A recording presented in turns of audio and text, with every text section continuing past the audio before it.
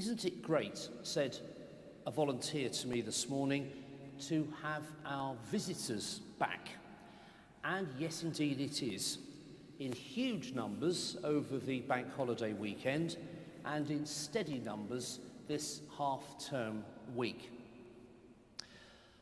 Those who knew the cathedral before the last lockdown will have noticed some changes, not least in our interpretation boards. Less text, fewer assumptions about what people already know, and a desire to introduce the cathedral as a place of faith as well as a place of history. So, if you come into the cathedral knowing nothing about Christianity, and if you pay attention, you should go out knowing, yes, about the rat in the skull, last arch on the right in the nave, but also about the man on the cross. Take this example. The high altar is the focus of worship for the Eucharist, the main Christian sacrament or ceremony. Bread and wine, representing the body and blood of Jesus, are blessed on the altar, then shared with the congregation. Simple, clear, and perhaps prompting you to want to know more. If you want to know more, then one of our team of guides or chaplains can take you deeper. Let us eavesdrop on such a conversation. Why bread and wine?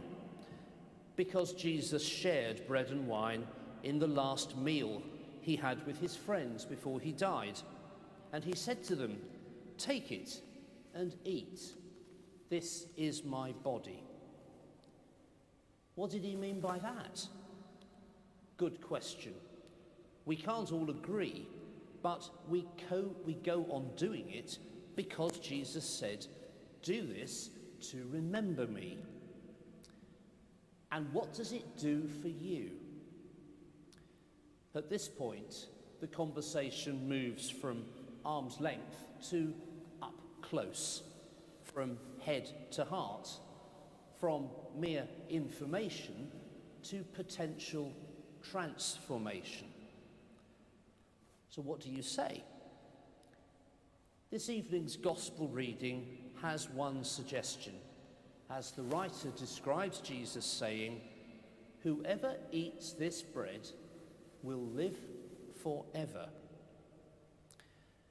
This reminds me of another ambitious saying of Jesus in John's Gospel, often quoted at funerals: "Whoever lives and believes in me shall never die." I wonder what mourners make of this as their loved one's coffin is carried into the church. And what do you make of this evening's words? "Whoever eats this bread will live forever." Well, what doesn't it mean? The words of the priest blessing the bread, as we shall hear in a few minutes' time, are not a magic spell. Like a biscuit, that piece of bread will go soft after a while. It may even go mouldy if you leave it long enough. It is subject to decay, as are those who eat it. I can testify to this. Regular receiving of the Holy Communion has done nothing so far for my hair loss. Of course it hasn't, because we are living, as Madonna catchily reminds us, in a material world. But the question is, are you and I merely material girls and boys? Take and eat this bread, feed on it, digest it, pay attention to it, and keep on doing that, and you may begin to taste and see that which is unbounded by space and time, wrapped up in something entirely made up of the materials of this world. And as you find that to be true here, above all, in the real presence of Jesus in this meal that he gave us, so you may develop a taste for the presence of God elsewhere.